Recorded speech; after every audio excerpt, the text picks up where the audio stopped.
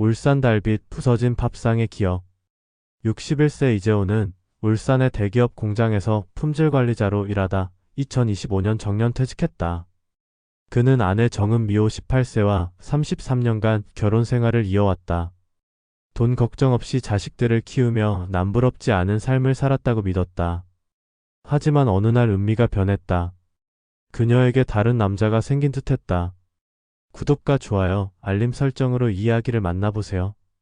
재호는 젊은 시절 울산의 공장지대에서 꿈을 꾸었다. 80년대 그는 동료들과 울산항 근처 포장마차에서 소주를 마시며 미래를 얘기했다. 은미를 처음 만난 건 공장 근처 작은 찌개집이었다. 그녀는 된장찌개를 먹으며 웃었고 재호는 그 미소에 반했다. 결혼하면 매일 맛있는 밥 차려줄게.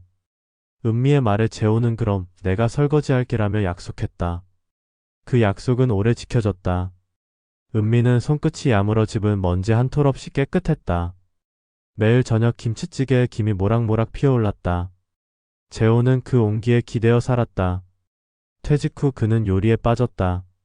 부엌에서 불고기를 굽자 고소한 향이 퍼졌다. 여보 이거 맛봐. 재호가 첩실을 내밀었지만 은미는 부엌 어지럽히지 마. 치워라며 퉁명스럽게 답했다. 내가 정리할게. 그는 웃었지만 은미는 건성으로 젓가락을 댔다. 이걸로 밥을 먹어? 재호는 설거지를 하며 한숨을 쉬었다. 그는 은미와 시간을 보내고 싶었지만 그녀는 혼자 있고 싶어라며 문을 닫았다. 아들 민재와 딸 수영은 독립했고 울산의 아파트엔 둘만 남았다. 은미는 매일 베란다에서 빨래를 널며 재호를 힐끔거렸다. 집에서 뭐해? 빈둥대지 마. 그녀의 목소리는 날카로웠다.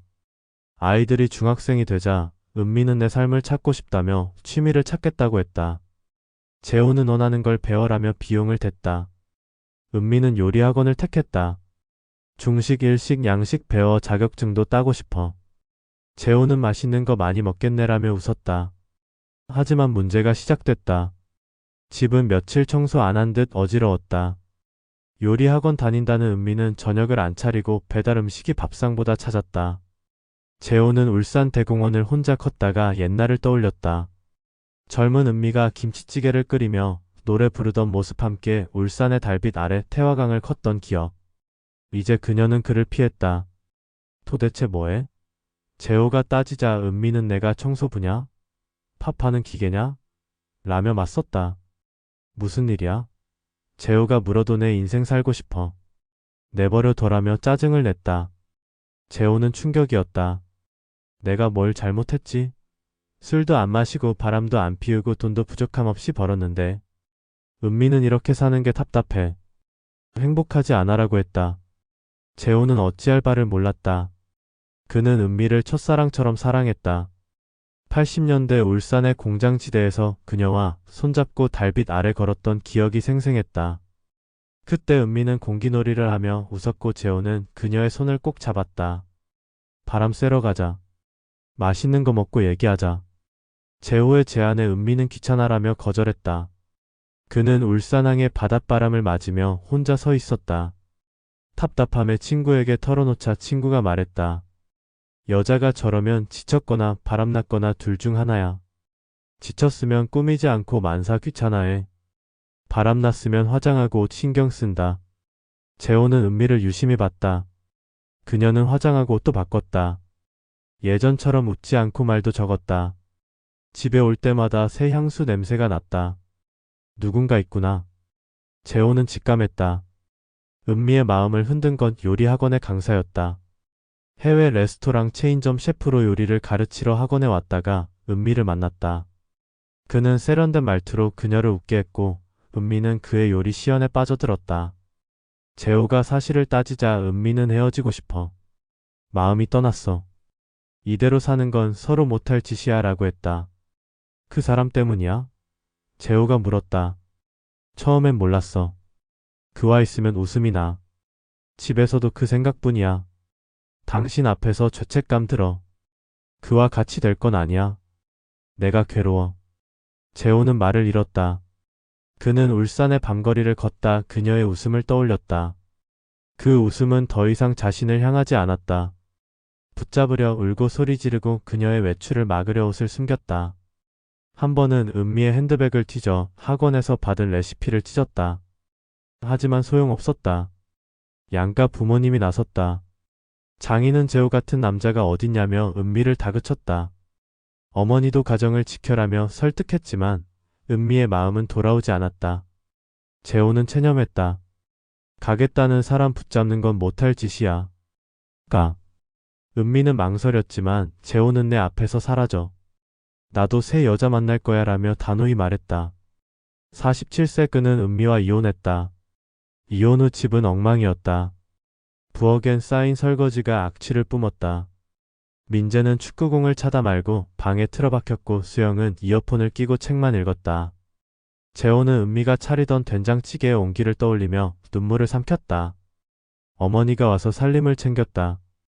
엄마가 없으면 어쩔 뻔했어. 그는 어머니의 불고기를 먹으며 위로받았다. 은미는 그 남자와 연락을 끊고 홀로 지냈다. 그녀는 울산을 떠나 부산의 작은 원룸으로 이사했다. 요리 학원을 그만두고 식당 서빙 아르바이트를 시작했다. 하지만 그 남자는 이미 가정을 지키기로 했다. 그의 아내가 찾아와 가정을 부순년이라며 소란을 피웠다. 은미는 창피함에 고개를 숙였다. 그녀는 부모님 집으로 돌아갔지만 아버지는 너 때문에 망신당했다며 문을 닫았다. 어머니는 눈물을 흘리며 왜 그랬니라고 물었다. 은미는 말없이 방에 앉아 울었다. 그녀는 부산의 뒷골목 식당에서 밤늦게까지 일했다. 손님들의 잔소리와 끈적한 바닥을 닦으며 후회했다. 내가 왜 그랬을까? 그녀는 재호와 아이들을 떠올리며 가슴을 쳤다. 급여는 병원비와 월세로 빠져나갔다. 어느 날 그녀는 식당에서 쓰러졌다. 과로와 스트레스로 빈혈이 심해졌다. 병원에서 깨어난 그녀는 거울 속 초췌한 자신을 보았다. 머리는 푸석했고 얼굴은 거뭇한 반점으로 덮였다. 이게 나야? 그녀는 눈물을 흘렸다. 시간이 지나며 재호의 생활은 안정됐다. 민재는 공대에 진학했고 수영은 간호사가 됐다. 첫 월급으로 울산의 한정식집에서 가족 식사를 했다. 어머니는 여한이 없다며 웃었다. 하지만 어머니가 간암 3기 진단을 받았다. 수술은 성공했으나 4년 뒤 암이 재발해 췌장으로 전이됐다. 길어야 석 달. 어머니는 항암을 거부했다. 너무 힘들어. 쉬고 싶다. 요양병원을 택했고 재호는 간병인이 상주하는 병원을 찾았다. 울산의 달빛 아래 병원 복도를 걷다 그는 은미와의 추억을 떠올렸다. 그들이 함께 먹던 불고기 태화 강변에서 나눈 웃음. 병원에서 간병인을 만난 순간 재호는 굳었다. 12년 만에 만난 은미였다. 재호 씨 그녀는 놀란 눈으로 그를 봤다. 머리는 짧았고 얼굴은 거뭇한 반점으로 초췌했다. 여기서 일해? 재호가 물었다. 몇 년 됐어. 간병인으로 지내. 그녀는 이혼 후 삶을 말했다.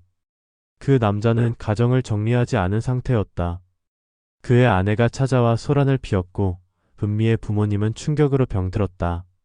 아버지는 뇌출혈로 어머니는 폐렴으로 세상을 떠났다. 은미는 병원비와 간병비를 감당하려 간병인이 됐다. 그녀는 부산의 식당에서 일하며 겪은 고난을 말했다. 밤마다 설거지하며 울었어. 민재와 수영이 꿈에 나와. 근데 내가 무슨 얼굴로 돌아가? 그녀는 손을 떨었다. 재호는 그녀를 원망했지만 초췌한 모습에 가슴이 아렸다. 왜 이렇게까지 그는 목이 메었다. 그는 그녀를 믿고 어머니를 맡겼다. 어머니는 은미를 보며 불쌍하다고 했다. 너희 둘 다 안 됐어. 어머니는 은미와 대화하며 예시를 풀었다. 재호를 힘들게 해서 미안하다. 은미는 눈물을 흘렸다. 내가 잘못했어. 가정을 지켰어야 했는데. 그녀는 재호에게 고개를 숙였다. 재호는 지났어라며 손을 내저었다. 하지만 가슴은 아렸다. 어머니는 세상을 떠났다. 그날이 은미를 본 마지막이었다. 1년 뒤 재호는 울산항을 바라보며 그녀를 떠올렸다. 미움은 무뎌졌고 그녀가 행복하길 바랐다. 그는 한강변 와인바를 떠올리며 빈 밥상의 온기를 그리워했다.